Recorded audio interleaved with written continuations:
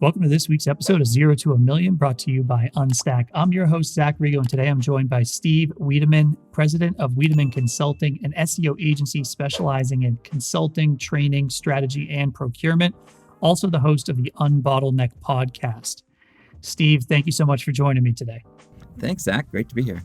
Yeah, so really excited about the topic today. I think it's something that I get asked often. We are obviously building a website builder, content creation tools, research tools, insight tools. Something I get asked often from either first-time founders or early-stage marketers is, how do we create an SEO strategy? How do we get our content creation strategy? And how do we distribute this content to actually get people to see it?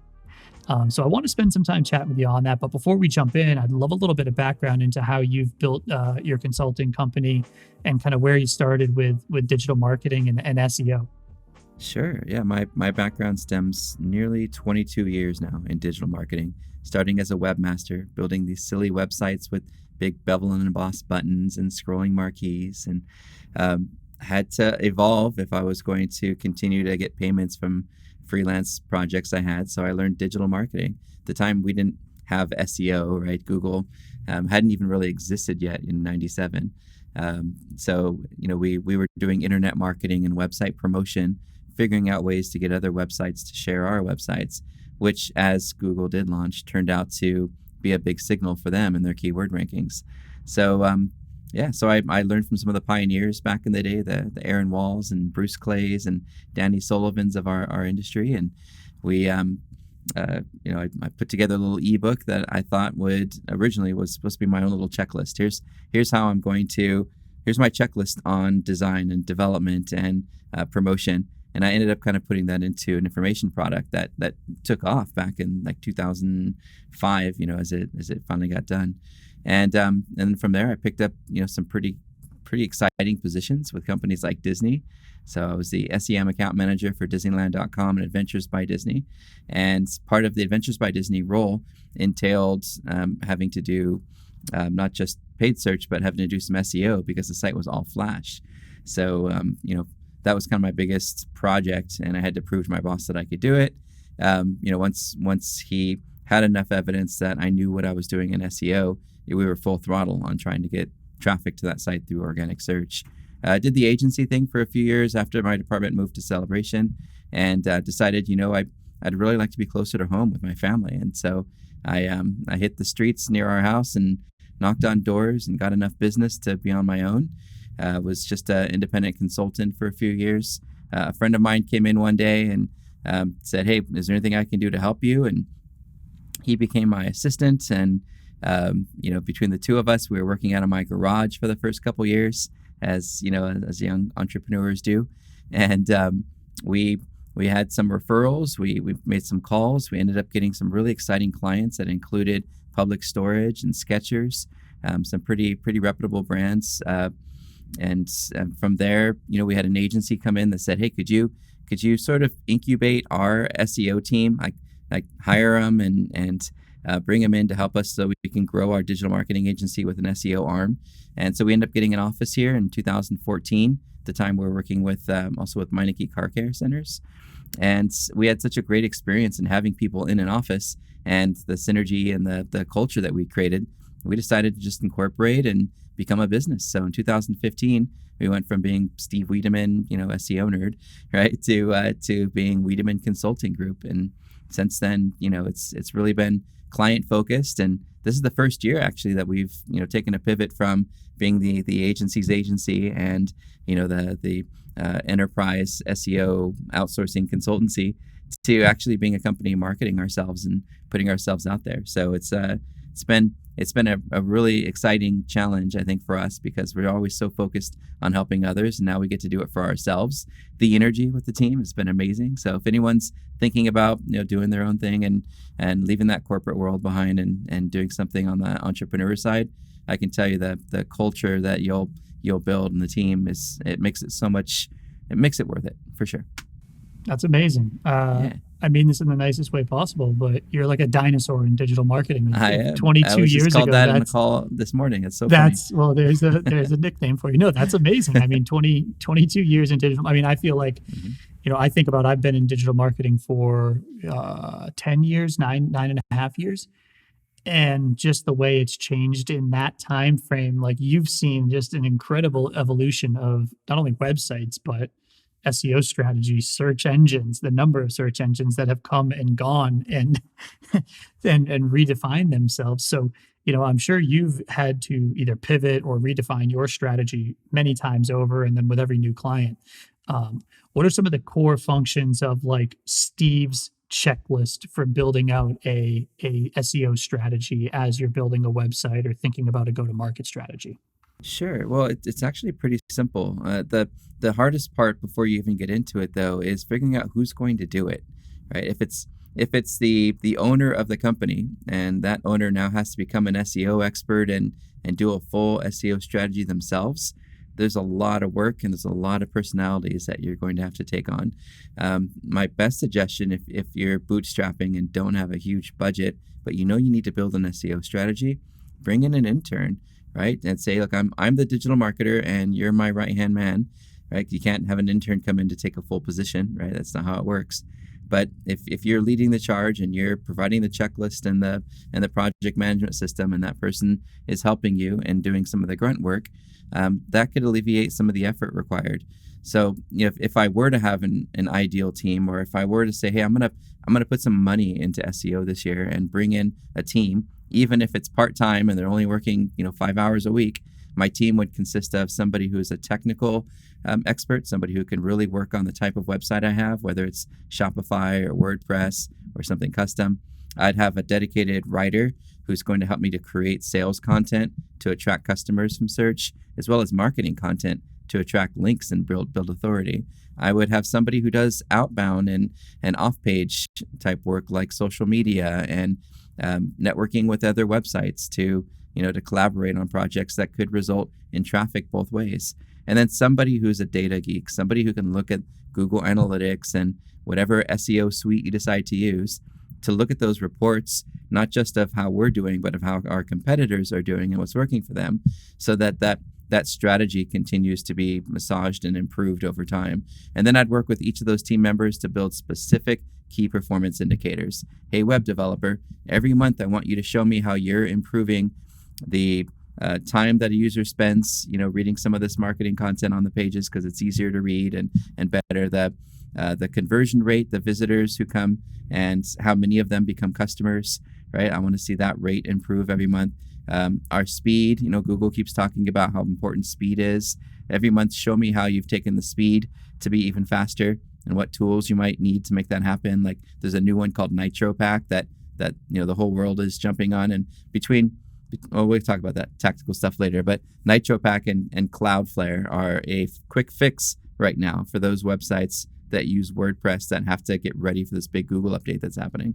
The next thing I would do is, with the writer, I'd have them accountable to the results. So, hey, writer, your page is awesome, right? You did a page for us for personal injury lawyer, and that's amazing. And when you finish the page, did you put your keywords into the keyword tracker so that we can see how they're performing and how they're ranking? And since we only target Los Angeles, can you modify it to make sure the keyword is personal injury lawyer Los Angeles, injury lawyer Los Angeles, right, etc., so that we know we're only tracking the keyword rankings where it matters to us. And hey, off-page person, could you send me a report every month of how much we've grown in the number of websites that are mentioning our short summaries of our marketing content, because we want that beautiful featured answer at the top of Google, and we want to be the one that the Google Assistant, Google Home, Google Nest rattle off when you ask a question.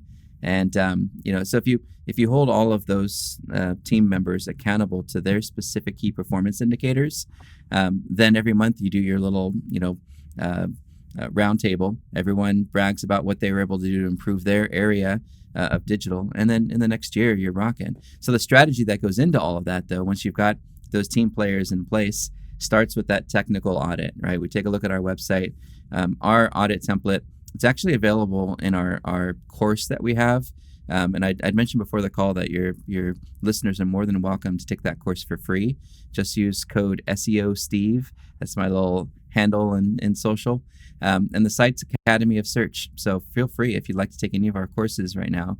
We're rebuilding a lot of them, and while we're doing that, we want to give access to all the things that we've created. And this is based off of, a course I teach at Cal State Fullerton, and it's a strategy course. It goes through how to create these reports that we're going to talk about. So Academy of Search, SEO Steve, enjoy. It's free. It's all yours. So the first one's that technical audit, and that template is in there. We'll look at accessibility. We'll look at privacy. We'll look at mobile friendliness. We'll look at signals that we hear a lot about right now that have to do with expertise and authority and trust, or EAT signals. We're going to take a look at specific caching issues that the website has that might make the site load a little bit slower. We're going to go through all these different technical items to make sure that Google can quickly and easily find, index, and rank one version of a page that we would prefer to have ranking for a set of keywords, and to make sure that nothing's in place blocking search engines, like a file on the root of your server that tells and gives directives to the search engine about where to go and where not to go. Or maybe we've accidentally submitted our confirmation thank you pages, in a list of pages called an XML sitemap, and we're getting traffic to pages that they shouldn't get to until they've gone through our funnel, right? And that's pretty embarrassing, but it's also fun whenever I get an email that says, get my free ebook. I'll look for the name of it, do a search operator, just SITE : and then the website, and then I'll put in thank you, and boom, all their thank you pages come up, and I can get the ebooks for free without having to give my personal information out. So things like that. You'll go through the site, you'll look at, I think we have about 80 different technical ranking signals. The next thing is a competitive baseline. Where are we now compared to our competitors? And this is something that can be challenging for entrepreneurs, because you think you know who your competitors are, because in your space, there's a lot of names being thrown around. But the reality is, when it comes to SEO, you have to perform a search for your product or service and see what websites come up. I think you'd be surprised. Your direct competitors aren't always your I competitors, those that show up when you perform a search for a keyword. So I take a look at those I competitors around your core products and services, and put together that competitive analysis. Maybe take some metrics from these websites that a lot of SEOs use, like Moz and Ahrefs. Maybe take a look at page speed and the year that the website actually launched, because that's the time of that site being around is definitely going to play a role, in how long it might take for you to rank. So you create that competitive baseline, and then you draw some observations. Here's what I've observed from what my competitors are doing that I'm not. You draw some inferences. Here's what I think this means to us. And then you draw some action items. Here's what we need to do to really compete, in this space based on what's working for the competition. And that will all, funnel into your project management system. The third of 4 reports that you'll run is a link audit and strategy, because search engines like Google, as you mentioned, do use links as a ranking signal, particularly links from websites that have web pages that have links themselves, not just some orphan biography page somewhere that no one ever visits and no search engine ever crawls to, but a page that actually gets some traffic and gets visited by Google often.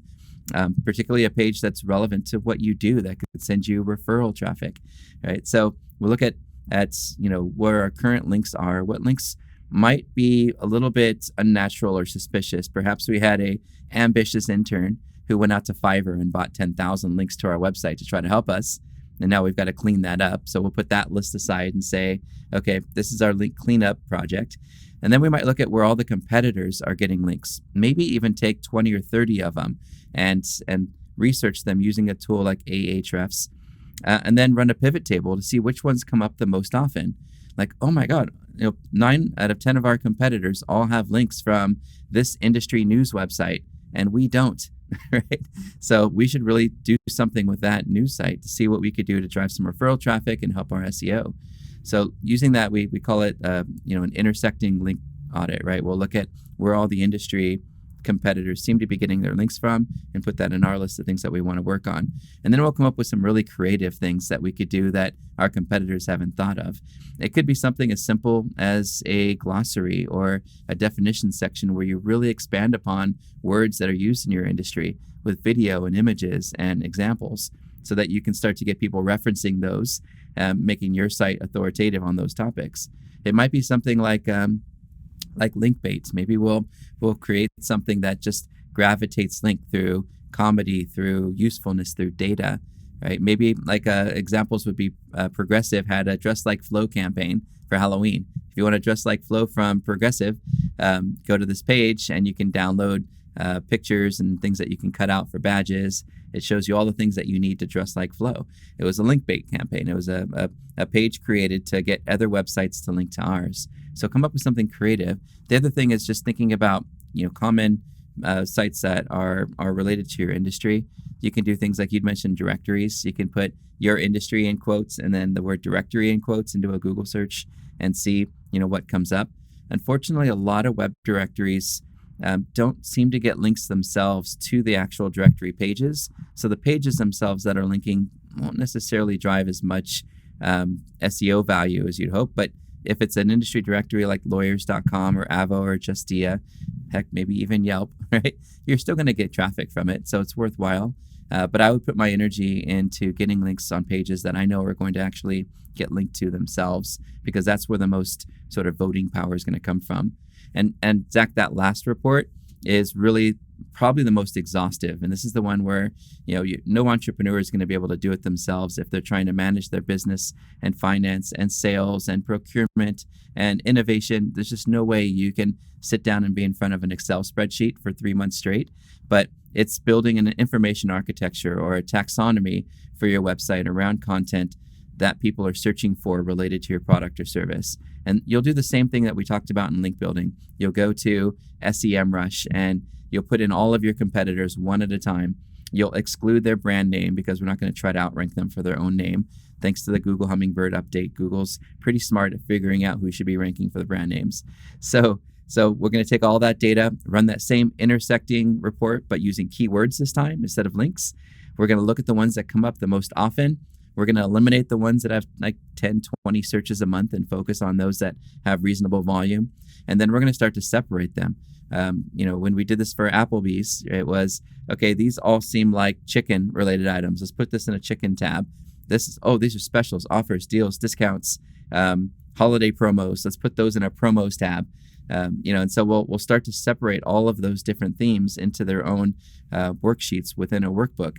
Sometimes, depending on how many keywords you end up with, it could take several months to a year to go through that much data. You do a lot of conditional formatting and a lot of filtering and sorting, but when you're done, you're going to have every single way that somebody is searching for what you offer, where your competitors are receiving traffic, and you'll be able to build that into an actual sitemap and how your site's going to be organized to display all of that great content. We took a spiral staircase company that had 10 fabricated spiral staircases and 10 pages to promote those staircases into an entire website full of sections based on people searching by material, wood, glass, iron, by use type, deck, patio, basement, right? All the different reasons that somebody would use the product. And we found that out by looking at those competitor, earned keywords. And then we built out a whole new website architecture and how, we're going to build this out. And so it went from, 1,000 searches or whatever a month to, tens of thousands of people hitting that website based on their individual needs. So that taxonomy planning, that content strategy is probably the most important piece of the SEO puzzle. It's the all-inclusive, everything I need to do to get my site to rank is going to revolve around those pages that are on my website and the keywords that I'm tracking for those pages in whatever SEO suite I decide to use, and having somebody who's accountable to monitoring the rankings and the performance of those pages over time. Once you've got that together, you've got your list of pages, your list of technical items, your list of competitive insights, and your list of links that you want to go after, all nice and organized in whatever tool you're using, Jira, Asana, Basecamp. We like to use Smartsheets. That's our favorite right now because I can run some cool roll-up dashboards. But Monday.com is also a fantastic tool if you want to kind of use a really intuitive task list. So you load those things up, you assign them to their appropriate team members, you put some dates on them, and then you're full speed ahead. Love it. No, I took a bunch of notes there. I think there's a few things you mentioned that I love that we have done, and I think they've been incredibly beneficial. One is who you think your competitors are. Right. With product aren't always your competitors on the search engine results page, or the ones that you might be going up against most often with your product are not always. So that's a great one. Do research on that stuff, either through a tool, with SEMrush, which we integrate with directly. You can do a tool right in there if you're an Unstack customer and search your competitors. And then the other one that you mentioned that I haven't spent as much time on, but I need to, is the all of the keywords and taxonomy of pages for the competitors.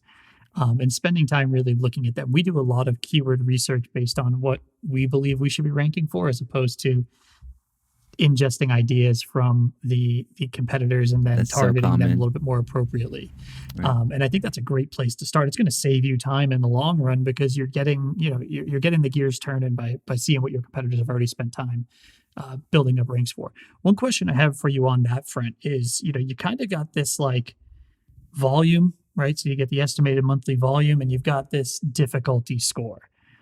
There's kind of this cross section of like, how do you find, you're never going to find the perfect keyword anymore, right? Like it's either going to be low volume and easy or high volume and difficult. Like what are your recommendations on being strategic about choosing what to target? I think you're thinking too much about it. I don't worry about them anymore. Back in the old days of SEO, we used, what was it? This big keyword tool, word tracker, right? And we'd have this keyword difficulty estimator to figure out how quickly I could rank for a keyword. You're thinking long term. SEO isn't advertising, it's marketing. And if you're thinking it's going to take a year or two, to really see placement for the keywords that you're tracking, then who cares about competitiveness? Because now you're thinking long term. If you're thinking like an advertiser, I need to get this up and making traffic and getting leads fast. Well, then you might get into some of that level, or it might just be more efficient to use paid ads, right? Bid on those keywords and ads, get that traffic while you're nurturing your content. For me, I don't use keyword difficulty as a metric. Instead, once I've got that group of keywords that I'd like to appear for, if they're all around the same user intent, I used personal injury attorney earlier. A subset of that is car accident lawyer. Well, car accident lawyer in that keyword list has car accident lawyer with the highest search volume, car accident attorney with the next highest search volume, and car accident law firm as the third highest search volume. So I might put my car accident lawyer in my title tag, the HTML title tag, and emphasize it within the content. But that way, that's the most important keyword and the first thing the user sees in a Google search, right? And probably the most important ranking factor, right, is that homepage title or that car accident page title. The attorney keyword, car accident attorney, I might put into my heading tag or my H1 tag, and I might use it within a headline and not be just explicit, like voted number one car accident attorney in Anaheim, right? So it's a headline, it's compelling, it's helpful, but it also includes that keyword in there that we want to rank for. And then I might put that personal injury or car accident injury law firm keyword in an H2 or a subheading. That way it's still emphasized in a heading and not just in a paragraph somewhere. And now when Google looks at the page, it says, okay, well, title, H1, H2, I know exactly which keywords are the most important based on how they're being emphasized. And the other search terms that within that cluster, that array of keywords, I'll try to, massage into the content somewhere. I might name an image, best-car-injury-lawyer.jpg and have a picture of the attorney in the area that he serves.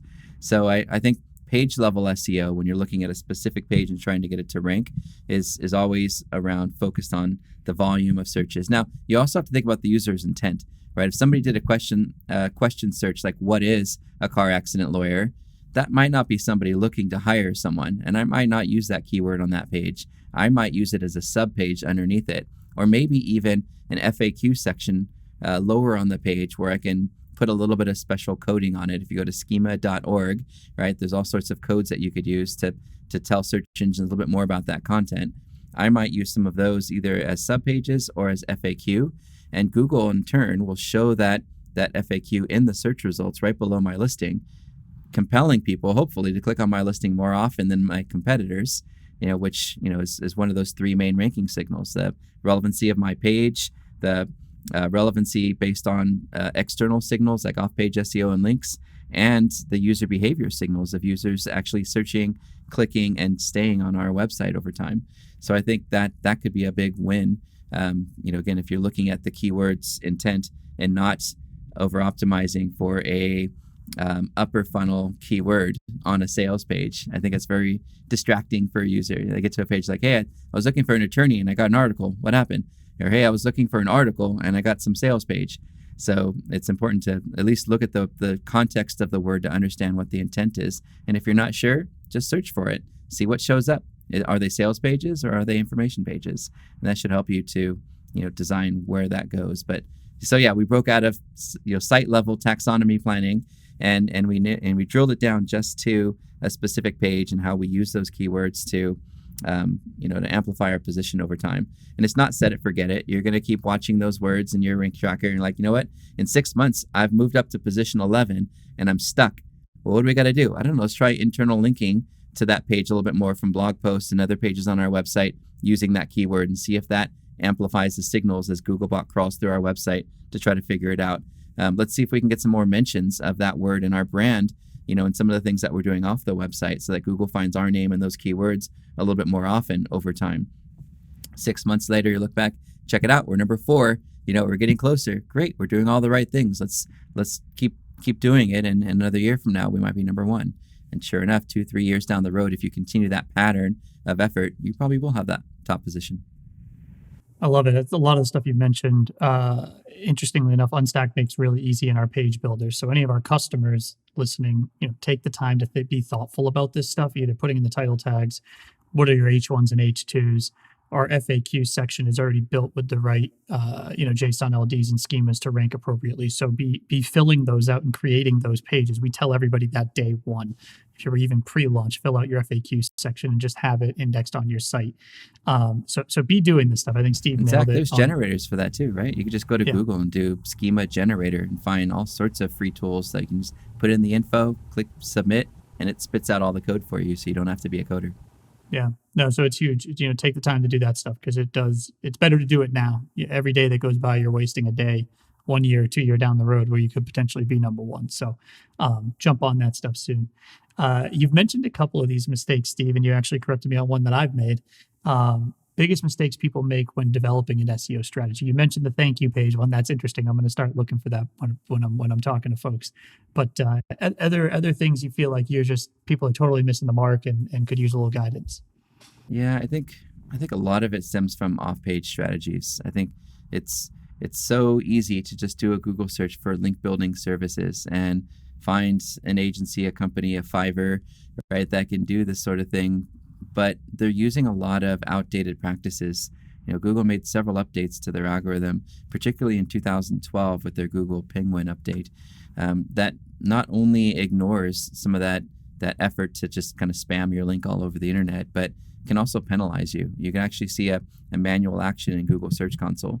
So I would say that the biggest mistake I see businesses making is not working with the transparent agency about what they're doing, so the agency doesn't just go off with like the wild west and do whatever they want. They come back and they say, here's some sites that we'd like to collaborate with to earn some links. Great, I went through the list. These are all sites that are going to drive traffic and earn links themselves. Let's do it. I think that's probably the biggest mistake I see is the off page. The other I would say is not having a strategy, right? Just kind of winging it like, oh, we do Facebook. What's your Facebook strategy? Oh, we just throw stuff up and do things. And what's your plan? What are your themes? What are your campaign strategies? What are your engagement targets? So I think having that strategy is important. The other thing I see businesses not doing enough that you could call a mistake is monitoring Google Search Console and Bing Webmaster Tools. Even if it's just once a week, it takes 5 minutes. Log in once a week to Google Search Console and Bing Webmaster Tools and just flip through the different menu options. What are some of the errors that I'm seeing? What are some of the issues that have come up? What are some of these new page experience suggestions that might help improve my visibility in search? And then delegating those off to the respective team members. I think that's a big mistake. Little mistakes that I see a lot of folks make are things like just blocking content using that main file off the root of your server, that robots.txt. We've seen some really weird things that businesses have done that sort of throw the baby out with the bathwater, I suppose, right? Where they don't need to block scripts and style sheets. Google's even said don't do that. They want to crawl and try to emulate what that's going to look like in the browser when you block scripts from being crawled, thinking, well, if they don't go to my scripts page, then they're going to put more of their effort and more of the bandwidth they have into pages I want indexed. But it's the wrong thinking process in a fast search engine like Google. They don't really care about that anymore. It's really more about just making sure they can crawl and access everything on your website that isn't exposing private information. So just keep that really slim, and just have it be user-agent : asterisk, and then the next line is disallow, and then just leave it empty and let them crawl. And declaring that XML sitemap in there, so that search engines, when they do hit that page, have a list of all the pages that you want indexed, and then maybe fanning through that once in a while just to make sure you're not submitting something that you don't want indexed. And so I think those are little mistakes that businesses make. The big ones, of course, are taking shortcuts and thinking that, hey, I can just order an article from TextLink Broker, go out to Fiverr to get some links to it, use this private blog network that this guy was talking about on Facebook, and within a month I'll be #1 in Google.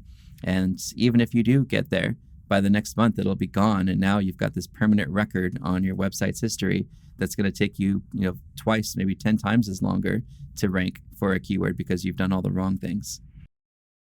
That's a great one. There's a lot of horror stories about the shortcuts. So I think you've mentioned there's a difference between advertising and marketing, and in this case, patience is key. And I think that's been consistent throughout this entire podcast episode. So thank you for some of the insights, Steve. Last question we ask every guest: 2 books you recommend every entrepreneur or founder reads as they're getting started on their entrepreneurial journey. Sure. So I'm actually really in a bubble in search. So for me, it's my 2 favorite books to recommend would be more search related. Bill Hunt has a book called Search Engine Marketing Inc. It's one of my favorites, and The Art of SEO is another one. And these do go a little bit beyond just search engine optimization. They do help you understand a little bit more about users and how they search, and who your target is. So I know it's not specifically like how to win friends and influence people sort of thing, but those are the 2 books that have helped me probably the most in my career. So if you're doing anything related to search, just taking some time to flip through those 2 might help you a little bit in your digital marketing journey. Love it. No, great to have a topic-specific recommendation. So thank you for doing that, Steve. Anything? Where can everyone find you, connect with you, and learn more about Wiideman Consulting? Sure. Well, our handle as a team is just Wiideman, Wiideman. We're not in a place right now where we're taking a lot of new clients, so we are helping small businesses for free if you need advice. Why is my page not ranking, etc. Because we try to give back, especially during the pandemic right now. We know a lot of businesses are recovering. So whatever we can do to help you to get a page to perform better, just grab one of us using, one of our Wiideman handles. If you want to talk to me directly, I'm just SEO Steve everywhere, SEO STEVE. And do check out that Academy of Search. It's everything. We have a free masterclass that you can take, and if you want to take the $600 version of my Cal State Fullerton class, just use promo code SEO Steve for free access. And all I ask is that you give me some feedback and let me know how you'd like to see the next version improve. Love it. We'll link to that in the blog post, so everyone check it out. Steve, thank you so much for joining me today. Thanks, Zach. This has been great. Awesome. Have a great one.